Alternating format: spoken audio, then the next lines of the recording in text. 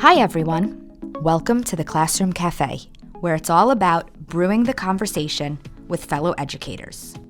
This special presentation is brought to you by the United Federation of Teachers and the union's Member Assistance Program. Thank you for joining us today. We hope this podcast inspires you, nourishes you, and motivates you. Now, let's get started. So many of us are trying to figure out how to navigate the school year. Hi, I'm Lindsay Levine, licensed mental health counselor with the UFT Member Assistance Program. And I'm Janice Acosta, social worker and substance use liaison for the UFT Member Assistance Program. On this episode, we are joined by Dr. Miri Rosen, board-certified psychiatrist, who works with us as a consultant at the Member Assistance Program. Dr. Rosen will be speaking on how educators can support students as many of them re-enter school for the first time in a year and a half. She will speak on ways to identify students that need additional supports and how to help them. We work with you a lot at the Member Assistance Program, and you've supported many of our members over the past years. Why don't you tell our listeners a little bit more about you and your background? Sure. So I'm Dr. Miri Rosen. I'm a psychiatrist, and I specialize in working with children, teens, and educators. I've been in clinical practice for the past decade, and I have a private practice that specializes in treating children and teens with issues like ADHD, anxiety, and mood disorders. But for the past 2 years, I've also worked as a consultant for the Member Assistance Program through the UFT, and I've been providing psychiatric evaluations and short-term treatment to UFT members. So I have a lot of experience working both with kids with lots of academic and educational needs, but also working with teachers and other educators who are struggling navigating the educational system. I know that a lot of teachers and students are excited, some are anxious, and today I'm going to be speaking to you about how educators can support children as they re-enter school in person for the fall, many for the first time in a year and a half. The past year and a half has been an incredibly challenging time for many of our kids and teens. Even before the pandemic began, we were facing a crisis in children's mental health in the US, with more children than ever presenting with mental health issues. And there's been a recent rise in depression and suicidal thoughts among teens. But for many children and teens, the pandemic has worsened mental health. We have seen a sharp increase in children and teens presenting with depression, anxiety, self-injury, and suicidal thoughts. And this is coupled with the increased isolation, increased social and economic stressors, especially for our most vulnerable children. Things have been incredibly challenging for our educators as well. You've had to become experts in remote learning overnight, and you continue to do your best to educate your students while also worrying about you and your own family's health and stability. And now, with most children in New York returning to in-person learning, many educators are worried about how best to support our children's needs, both educational and emotional, while also managing our own anxieties about the return to in-person learning. So today, I'm going to talk to you about the most common ways that COVID has affected student mental health, as well as educator mental health, and share some strategies to help you identify and support the students who are struggling with the return to in-person learning. And it may help for us to think about COVID-19 and all the events of the past year and a half through the lens of trauma. When we think about trauma, we think about situations in which a person is exposed to a life-threatening situation, witnessing something horrible happening to others, or someone fears for their own safety. And trauma can be physical, like being in a serious car accident or a house fire, or it can be emotional, like being yelled at and threatened by a parent. We know that even children who are not exposed directly to a traumatic event, but are exposed to it secondhand through the news or through hearing about it from others, can develop a trauma response. We also know that the longer a child is exposed to something traumatic, or the more traumatic events that they are exposed to, the more likely the traumas are to impact both their physical and their mental health. And the events of the past year and a half certainly qualify as a trauma. Individual trauma, and also trauma for mankind as a whole. watching human suffering on a scale really not previously imagined for many, and feeling helpless to do anything about it. So many people became seriously ill themselves or lost someone they loved. One staggering statistic for us to think about is that from March 2020 to April 2021, an estimated 1.5 million children worldwide lost a caregiver. And couple this with all the family stressors that many children were exposed to. There were financial losses, food insecurity, less access to social support. And for some kids for whom school provides a respite from a really chaotic home environment, they've been stuck at home with emotionally or physically abusive caregivers, or not getting the supervision that they need, facing uncertainty about when or if life will ever go back to normal. So this is the burden that our students are carrying as they return to school. And what happens when we're exposed to trauma? In the short term, our bodies go into a fight or a flight response. We sense that we're in danger and our bodies prepare to react. So our heart is racing, we're breathing fast, we may go numb and feel disconnected, and we're focused on one thing, survival. And it's normal to feel this way when we're in a life-threatening situation. It's an adaptive response and it helps us survive. But sometimes these reactions can stick around even when they're no longer adaptive. When we think about PTSD, people can develop 4 categories of symptoms. There's re-experiencing symptoms, like having flashbacks, reoccurring dreams or thoughts about the trauma. There's avoidance symptoms, like avoiding things that remind you of the trauma. There's arousal symptoms, like being easily startled, feeling tense or irritable, getting angry more easily, having trouble sleeping. And there's also cognitive or mood symptoms, like feeling depressed and anxious, having trouble remembering things, or feeling hopeless about your future or the world. So as I'm listing these common responses, you may find yourself identifying feelings that you have experienced during COVID. Although these responses can help us survive challenging situations in the moment, if they persist or start to interfere with how we function or our ability to enjoy life, they can become serious mental health issues. Again, this has been a traumatic experience for all of us, even those of us lucky enough not to have had our families' lives or our livelihoods threatened by it. So the first step to helping our students is to check ourselves. Many adults are experiencing mental health struggles for the first time in their lives in the context of the chronic stress related to COVID. And for many who've struggled with mental health in the past, COVID stress has made symptoms return or worsen. So if this describes you, please do seek out care. We know that treatment with therapy and sometimes medication can help manage these symptoms when they occur, but it can also help to know that you're not alone. And it might look to you like your colleagues are holding it all together, but the reality is that this has been an incredibly stressful and isolating time for each of us, and finding support, be it from family, friends, your coworkers, or a therapist, is pivotal to helping us get through it. And when we think about children, the response to trauma can look a bit different than adults. So for older children and teenagers, they can develop similar symptoms to adults, thinking about the re-experiencing, the avoidance symptoms that we've talked about before, but they can also act out. They can become disrespectful or disruptive. And for younger children, especially under the age of 6, they may regress. They may engage in behaviors that they outgrew. So they may start wetting their bed again, acting more childlike, refusing to talk, or they can become more clingy with their parents. They can also become more irritable and seem to overreact to things that they used to handle well, or they can seem withdrawn. And confusingly, kids can still laugh with their friends or when they're having fun, but they may appear depressed or irritable at other times. So as we return to the classrooms, it's important to keep in mind that the way children demonstrate they're struggling emotionally can differ from adults.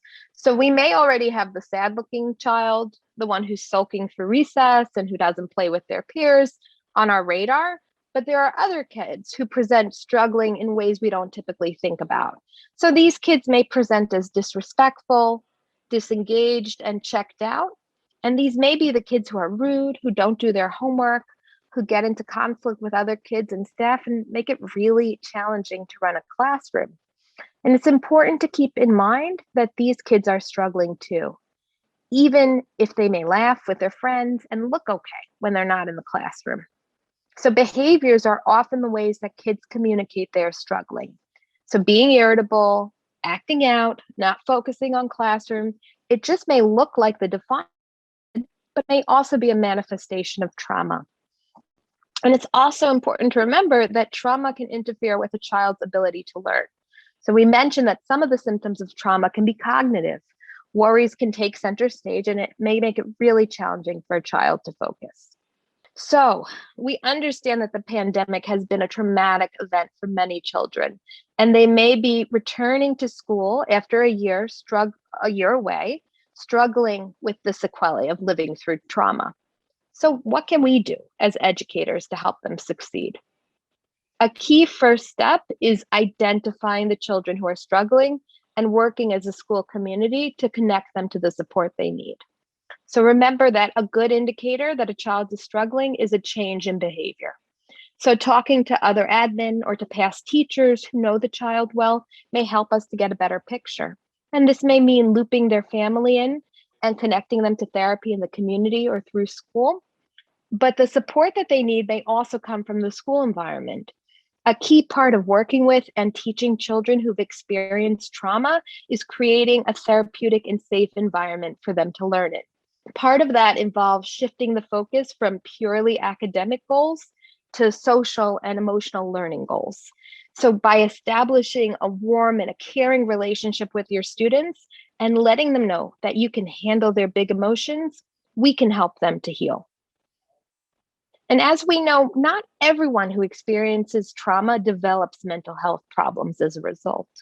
So why do some people struggle to recover from an experience that others seem to get through with ease?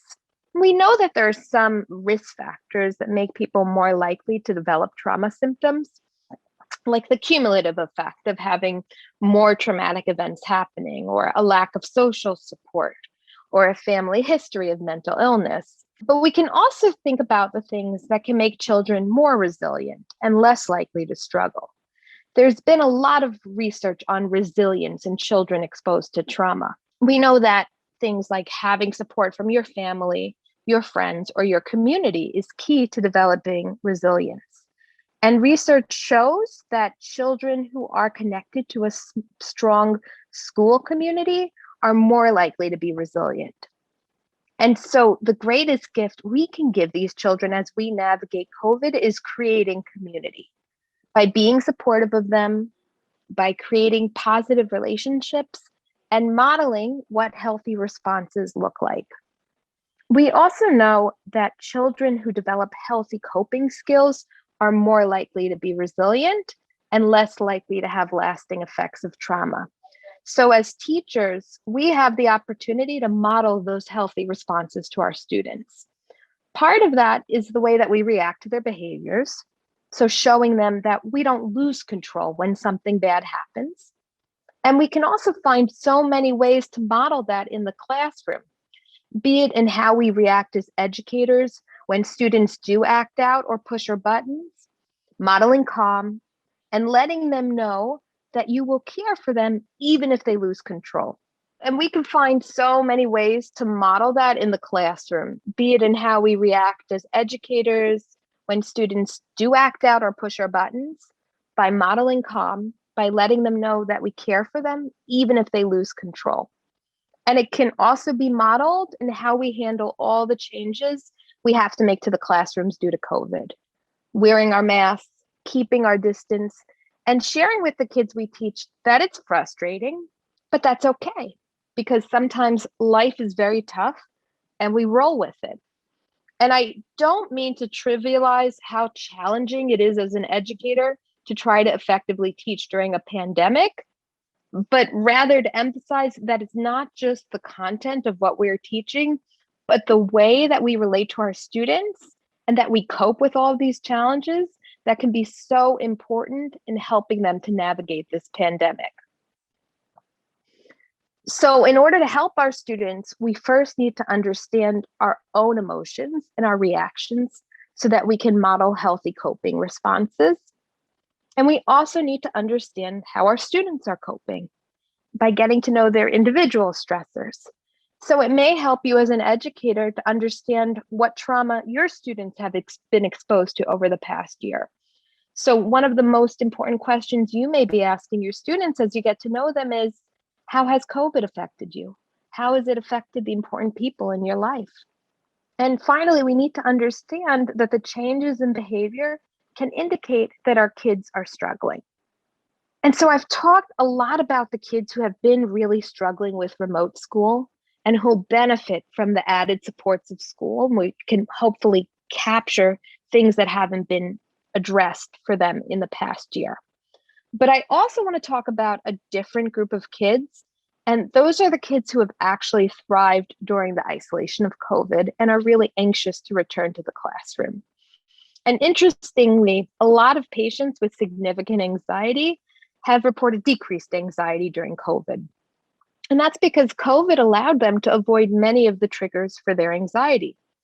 So I'm talking about the children with significant school anxiety or social anxiety. For them, not being in a classroom with other kids has been a huge relief. But they've also become more comfortable in avoiding the triggers for their anxiety. And with anxiety, the more that we avoid the things that make us anxious, the more the anxiety takes over. So we can anticipate that returning to school for these kids is going to be more frightening and stressful than previously, now that they've been out of the class for the past year and a half. And the challenging part of handling these children is that they're quieter. These are our school refusers who just don't show up or have lots of physical complaints like stomach aches, headaches that send them to the school nurse or get them sent home. And it can be really challenging and confusing now when having a stomach ache or feeling sick can also be a COVID symptom to set the firm limit that kids with school avoidance need. We know that the more these kids refuse school, the harder it is for them to return. So it's really important to communicate with parents and to set expectations for them to complete classwork, even if they are at home, and to gradually get them back to school. And it may be really helpful to target these kids even before school begins, to loop in the teachers and families about children we have concern about, so that they can create a plan for how to help ease their transition back to school. And I also want to talk about the kids who have a lot of anxiety surrounding COVID. And this may in particular affect our children who have generalized anxiety and who have OCD. And they may have really embraced stringent practices about COVID, cleanliness, and be really scared to be around other kids, really scared to take their mask down to eat. And worries about getting sick from COVID can make it really hard for them to imagine participating in school like usual. So what's the best thing we can do to help support these children? Again, it's setting the healthy limits, teaching them to balance their anxieties with the necessities of the situation. And that's an incredibly challenging thing to do because COVID is still around. So it's asking you as educators to model how to stay calm in a situation that has some uncertainty to it. And it also involves advocating for all these kids in the educational process. A big red flag is often these kids end up being homeschooled. And we don't want them homeschooled. We don't want them avoiding the things that make them uncomfortable, but we really need to advocate for them to be in person as much as possible and get the support they need to make that happen. And that support may be from outside professionals and also may play into the IEP and specific supports that the school can give for them. So pulling it all together, what I hope you can take away from this talk is that our children and teens and ourselves as well are living through a traumatic event with this pandemic. But we have the opportunity as educators to help them develop resilience. But this is a huge task for us. We're not mental health clinicians. So the most helpful thing that we can do is to identify these changes in behaviors and loop in the support from the community, from the family, through advocating for them in their IEP process, and by showing them that we care that we're committed to making meaningful relationships with them and meeting them where they're at. And the other thing I hope you can remember is that it is really exhausting to deal with kids' emotional needs. And more than ever before, that's going to be a necessary part of educating them.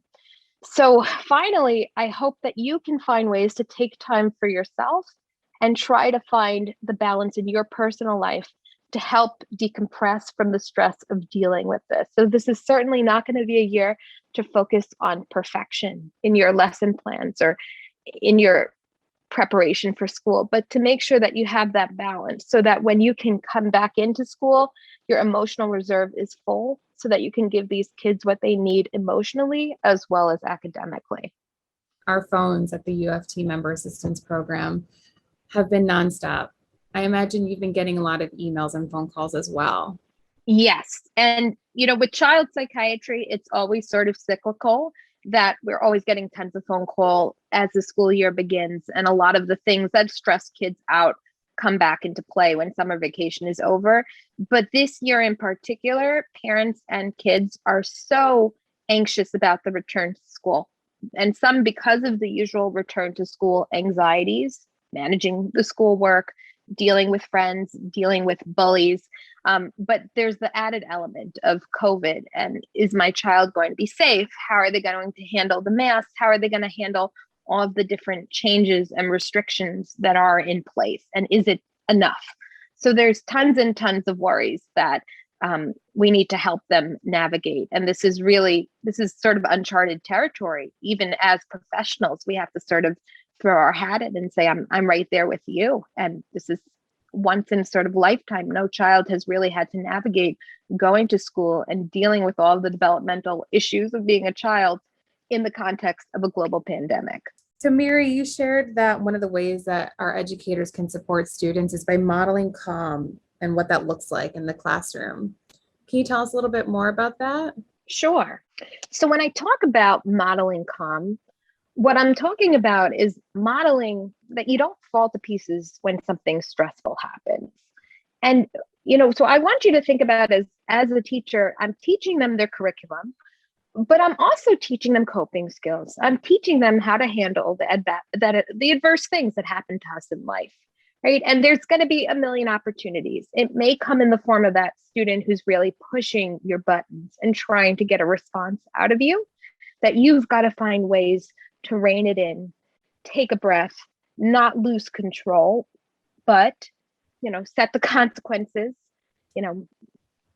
get them to the principal's office or do whatever needs to be done to handle their behavior, but do it in a way that shows that you're still calm and that you're compassionate. You're not screaming. You're not losing control like the other student. So that's one example of modeling calm.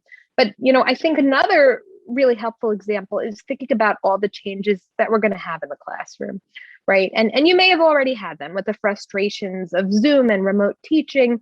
And now, especially being back, it's going to be tough and it's going to be frustrating sometimes to teach with a mask on. And maybe you're not going to be understood 100%, or the kids have to be distanced and we can't do the activity quite the way we want. But I think sort of naming the emotions then, right? Saying it's really frustrating. Isn't that annoying that we can't really understand each other the way we'd like to, or that it's sort of tougher for me to teach you what I want to teach you because I'm wearing this mask and all this other stuff is going on, but we're going to do our best. And if you're the type of person that has been struggling and is finding yourself more reactive, and it's totally understandable because at baseline, being a teacher is one of the most challenging, stressful jobs that you can have on. I think it's like right up there with lion tamer, right? But now you're adding this additional element to it. And we've all been through tremendous stress. So if you're one of those people who's finding yourself feeling off key, feeling like it's going to be harder to stay calm and keep control of your classroom and show the kids that when bad things happen, we're going to have to find a way to sort of pull ourselves up and keep it together.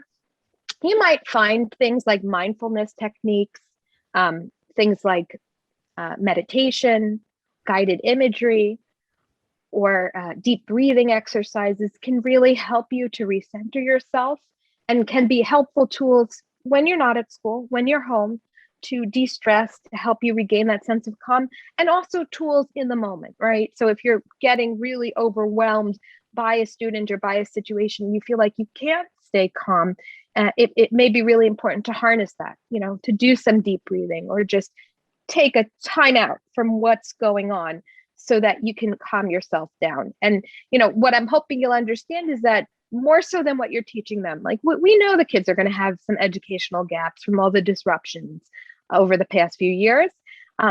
It's the way you're teaching them and the way that you're showing them that, like, look, I hold myself together. Something is going wrong. Someone's being disruptive. Something's falling apart, but I'm not going to fall apart too. I'm going to stay calm. That could be so tremendously helpful for our kids. And some of the kids that we're talking about who are coming from really chaotic home environments, they don't have that anywhere else, right? They may not have a role model who stays calm. They may have parents who have really crumpled under the stress of COVID and are so worried about getting food on the table, paying their bills, keeping safe, that they're screaming, they're chaotic, they're losing control. So we can be those really important role models for them that show them, like, look, things may be chaotic, but that doesn't mean that I become chaotic. I stay calm. So Miri, I know you touched upon how our educators can identify their own mental health needs. I was wondering if you can just expand upon that a little bit more. Sure. So we talked a little bit about some of the trauma responses that people can have. And for some people experiencing COVID, those may be the most significant feelings and things that they're experiencing that are different. So they may really be struggling with anxiety, flashback, thoughts about some of the difficult experiences that they've had during this period of time, and just a feeling of emptiness or hopelessness or heightened physical anxiety. So that's one group I think we've sort of discussed already. But people are struggling with lots of things during the pandemic. And we talked about the increase in mental health issues for kids and teens, but the increase is there for adults as well. There's an increase in depression. There's an increase in anxiety disorders. There's an increase in suicidal thinking and self-injury and in eating disorders. So if you feel that you are struggling, right? And again, the baseline is I have yet to meet anyone who's told me that 2020 or 2021 has been a fantastic year for them, right? It's okay if it's been sort of a crappy year. Maybe this is not the best year of your life. But if you're really struggling, if you're feeling very down, and not just when you're thinking about some of the bad things that have happened, but even when you're doing things that would usually bring you joy, or you're lacking the motivation to do the sort of things that cheer you up when you're living through a really tough time like this pandemic, these might be clues that it's more than just 2020. It's more than just 2021. This is really starting to affect your emotional health. I would also say that a way that it may manifest itself for many is feeling burnt out at work, right? And so teaching, again, is a super challenging job at baseline. And I think for many teachers, they need that summer break to restore themselves. But if you're coming back to the school year and you're not feeling as restored as you usually are, or you're really dreading it in a way that you haven't previously, that might be a clue that you're struggling, right? And for super accomplished, high-functioning people like educators, right? You're used to pulling things together and holding it together, even when you're not feeling your greatest. So just because you're showing up to work every day, you're doing the things you need to do. If you're not feeling that happiness, that sense of fulfillment that you felt in the past, these all might be sort of hints that you're struggling and that you could use a little bit of support. And what I'll point out is, I think that there's no shame in it. This is incredibly common, and getting the help you need is going to make you feel happier, feel more fulfilled for yourself, but it's also going to make you better at doing your job, at educating others, because we need to be present and to be full in order to give to other people. Thanks, Miri. That was some great information. I just kind of want to remind our listeners that, the Member Assistance Program and the MAP Care Line are there to support our members who feel that they could benefit from some additional support. So you could check out MAP's resources at the UFT website at uft.org. And you talk about shame and how it's not something that we should be feeling at a time like now, especially because everything that we've been going through these past year and a half has been really difficult. As educators, as people who are standing in front of the classrooms, we want to look put together for our students and for our colleagues and for administration. But the reality is we're all struggling a little bit, and that's okay. And that's why the Member Assistance Program is here. Yeah, and I think the Member Assistance Program is such a great resource for teachers. I think it's tricky because the expectation in society, even now, even with everything going on, is to be perfect, look perfect, show up and look like you're super excited to be there and like everything is okay. And meanwhile, there's literally like a dumpster fire going on right outside your window. And so I think that bringing that authenticity, to ourselves and to our teaching is really important, right? So being honest with kids, right? I don't think we need to sugarcoat it. Nobody's having the year of their lives. It's really challenging. And so, back to that idea, that question you might ask the students as you're getting to know them of how has COVID affected you? What have you lost? It may be okay to share with them in a measured way, right?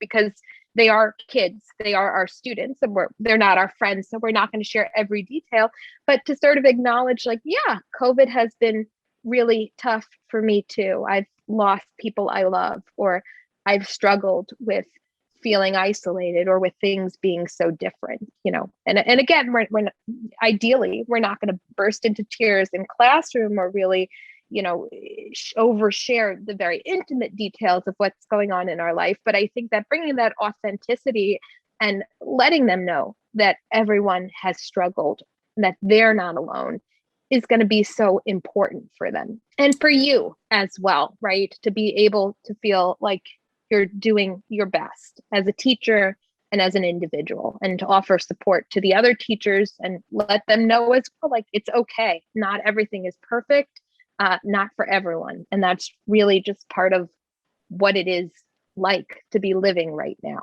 Yeah, really calling out the elephant in the room and just being honest and, as you said, authentic about it. And I know we all wish that things would just go back to the way that they were, but they're not, right? And I think pretending that everything is okay, it's a coping technique, and maybe it'll help for a short while, but it's probably not really helping anyone at this point.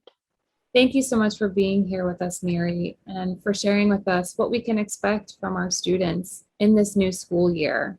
Yeah, it was a pleasure to be here today. I hope that this is helpful information for anyone who's listening. And of course, I hope that you will consider giving Member Assistance a call and taking advantage of those valuable resources if you are struggling or need some more guidance in how to help work with your students this coming year. Thank you again, Miri, so much for being here. We really appreciate you coming today to talk to us about how our educators can support our students as they re-enter, the school year in person after, potentially being home for a really significant period of time. I think you really helped people realize that it's okay to ask for help, and it's okay if you're struggling to know that there are supports out there for you to receive.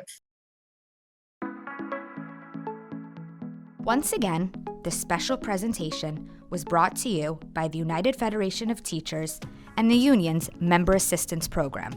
We know you are busy and on the go in your career. We all experience challenges in our personal and professional lives and need the support of a helping hand from time to time. For UFT members, these stresses can create the perfect storm. Here at the UFT, we are dedicated to making your life better. It's our commitment to all of our members, and we take that work very seriously. That's why the UFT has so many programs and services available to you, including the Member Assistance Program. MAP is designed to meet the needs of today's educators in New York City's public schools as they try to navigate their way through life's challenges. MAP staff of trained professional counselors can give UFT members help and guidance through the issues that can sometimes put their health and job in jeopardy. MAP services are confidential, professional, and free for the members of the United Federation of Teachers.